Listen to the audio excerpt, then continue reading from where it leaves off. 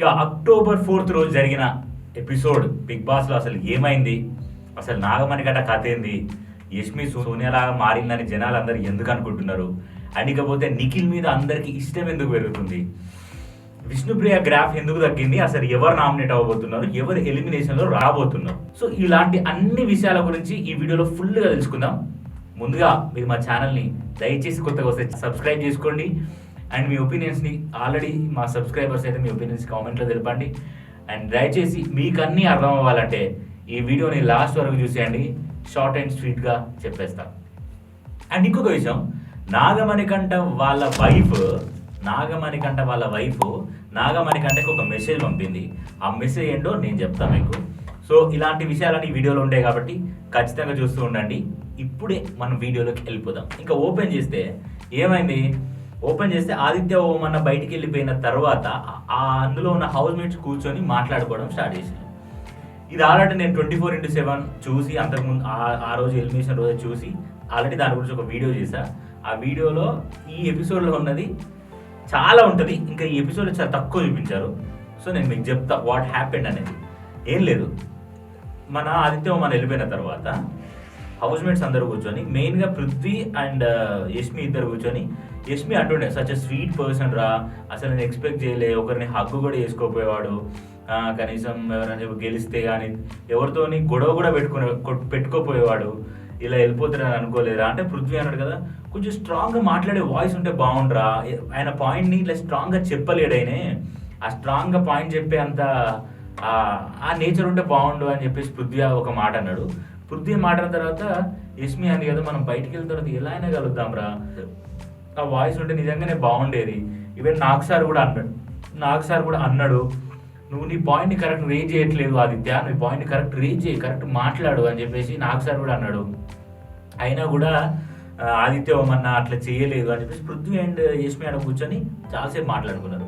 ఇది కట్ చేస్తే అక్కడ నాగమణికంట, సీత, నబీల్ అఫ్రిది వీళ్ళందరూ కూర్చొని వాళ్ళు మాట్లాడుకుంటున్నారు. వాళ్ళు ఏం మాట్లాడుకుంటున్నారంటే అక్కడికి వచ్చి నాగమణికంట అంటున్నాడు, నాకేం అర్థం కాలేదురా, నా వల్లనే వెళ్ళిపోయిండేమో అన్న, నాకు బాధ అవుతుంది అని చెప్పేసి. వీళ్ళందరూ ఎందుకు బాధపడతారు తెలుసా, అసలు ఎలిమినేట్ చేసిన తర్వాత నా వల్లనే పోయిండేమో అని ఎందుకు బాధపడతారు తెలుసా, ఆయన ఫ్యాన్స్ అందరూ వీళ్ళకి యాంటీ అవుతారేమో అని. ఏ క్యాండిడేట్ బయటకు వచ్చినా కూడా ఇట్లా ఏంటంటే షుగర్ కోటింగ్ చేసి బయటకు పంపిస్తారు. ఎందుకనంటే వాళ్ళ ఫ్యాన్స్ వీళ్ళకి యాంటీ అవుతారని. మీరు గమనించినట్టయితే మంచిగా ఆడే వాళ్ళతోనే జనాలు ఉండరు హౌస్లో, మీరు గమనించరా, మంచిగా ఆడేటోళ్ళు మేము ఆడగలుగుతాం అన్నలతోనే ఉంటారు. సో అట్లుంటుంది. ఇక ఓపెన్ చేస్తే మార్ని మస్తీ task, this is one of the craziest task in the Bigg Boss season 8 అనే ఫీలింగ్ నాకు వచ్చింది. నాగమణికంట శర్మ, మేబీ నాగమణికంట నిజంగానే పూజారి సంబంధించిన ఆ కేటగిరీ సంబంధించిన అబ్బాయి ఏమో, మరి నాకు తెలుసు, నాకు అనిపించింది అట్లా. ఎందుకంటే అంత స్పాంటనిటీగా అంత బేసిక్గా మాట్లాడతాడని నేను ఎక్స్పెక్ట్ చేయలేదండి. మనోడికి ఒక టాస్క్ ఇచ్చిన బిగ్ బాస్ ఏంది, హౌస్ మేట్స్ జాతకాలన్నీ చెప్పాలి అని చెప్పేసి స్టార్ట్ చేసి ఫస్టే ఎవరితో స్టార్ట్ చేసిండు, నబీల్తో స్టార్ట్ చేసినప్పుడు ఏమైంది, February 22 పుట్టిన అని చెప్పేసి అడిగిండు. ఇక అక్కడికి సీత అక్కడ కూర్చొని నాగమణికంటని అడుగుతుండే ఏమని, ఆ చేతిలో ప్రేమరేఖలు ఏమైనా ఉన్నాయా చూడండి శాస్త్రి గారు అని నాగమణికంటని అడిగితే ప్రేమరేఖలు 8వ తరగతిలో నుంచే ఉన్నాయి అని చెప్పేసి నాగమణికంట చెప్పాడు. నాగమణికంట చెప్తే అక్కడి నుంచి ప్రేరణ, అందులో ఆధ్వర్యంగా ఏమైనా ఉన్నాయా, ఆద్య అని ఎందుకన్నదంటే నబీల్ గర్ల్ ఫ్రెండ్ పేరు ఆద్య రెడ్డి, షీఈస్ ఫ్రమ్ వరంగల్. వాళ్ళిద్దరూ ఒక వెబ్ సిరీస్ కోసం పరిచయం అయ్యి దాంట్లో నుంచి ఫ్రెండ్స్ అయ్యి, దాంట్లో నుంచి లవర్స్ అయ్యి, దాంట్లో నుంచి కపుల్స్ అయ్యబోతున్న ఒక జంట వాళ్ళది.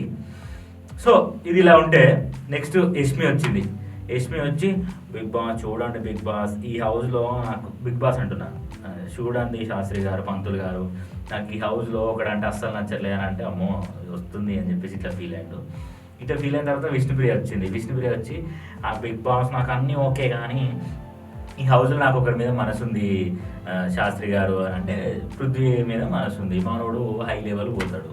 తర్వాత పృథ్వీ వచ్చి పృథ్వీ ఎవరిష్టం ఏంటి సంగతి అంటే ఇట్లా సిగరెట్ దాక్కుండా వచ్చిండు.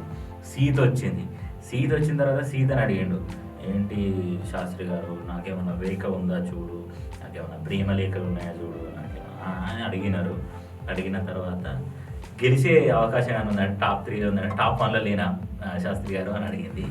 సరే అది పక్కన పెడదాం. పక్కన పెట్టిన తర్వాత ఏమైందంటే ప్రేరణ వచ్చింది. ప్రేరణ ముందే వచ్చింది కాకపోతే నేను క్లమ్జీ చెప్తున్నా. ప్రేరణ వచ్చి అడిగిన తర్వాత ప్రేరణ వచ్చి ఇట్లా తిరుగుకుంటూ వచ్చింది. తిరుగుకుంటూ వచ్చి అక్కడ కూర్చుంది. అంత బాగానే ఉంది, నా చేతి దగ్గరకు వస్తున్నాయి, నా చేతి దగ్గరకు వచ్చి పోతుంది, ఇదంతా ఇదేంది, నాకు చీఫ్ అవ్వాలనే తపన చాలా ఉంది, నేను చీఫ్ అవ్వలేకపోతున్నా అని అడిగితే నాగమణి ఇక్కడ దానికి చీఫ్ అవుతావమ్మా, నువ్వు చాలా కృషి చేస్తున్నావు, నువ్వు చాలా పట్టుదల ఉంది, నువ్వు ఖచ్చితంగా సాధిస్తావు అని చెప్పేసి ప్రేరణ చెప్పిండు. అక్కడికి కట్ చేస్తే మార్నింగ్ మస్తీ టాస్క్ అక్కడికి అయిపోయిన తర్వాత ఒక్కొక్కరికి ఫుడ్ రావడం స్టార్ట్ అయింది. ఫుడ్ రావడం స్టార్ట్ అయిన తర్వాత కన్ఫెషన్ రూమ్కి యష్మిని పిలిచిండు. కన్ఫెషన్ రూమ్కి రండి అని. కన్ఫెషన్ రూమ్ పిలిచిన తర్వాత హౌస్ ఇంట్లో వాళ్ళని మిస్ అవుతున్నావా, ఇంట్లో వాళ్ళ ఫుడ్ని మిస్ అవుతున్నావా, ఎలా అనిపించింది హౌస్ అని మాట్లాడిన తర్వాత యష్మి ముంగట నిఖిల్ అండ్ నాగమణికంటకి సంబంధించిన ఇంటి దగ్గర నుంచి ఫుడ్ వచ్చింది. నాగమణికంట వాళ్ళ వైఫ్ ఫుడ్ అండ్ మెసేజ్ పంపింది. నిఖిల్ వాళ్ళ మమ్మీ ఫుడ్ అండ్ మెసేజ్ పంపింది.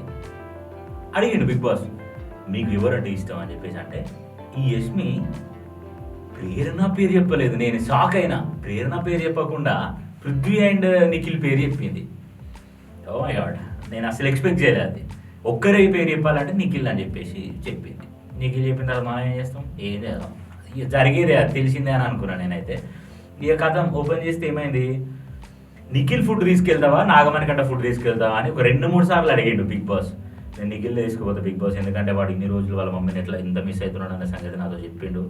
సో వాడు నేను తీసుకెళ్తే చాలా హ్యాపీ ఫీల్ అవుతాడు అని చెప్పేసి చెప్పింది. అయితే బయట వీళ్ళు చూస్తున్న సంగతి ఆమెకు తెలియదు బేసిక్గా.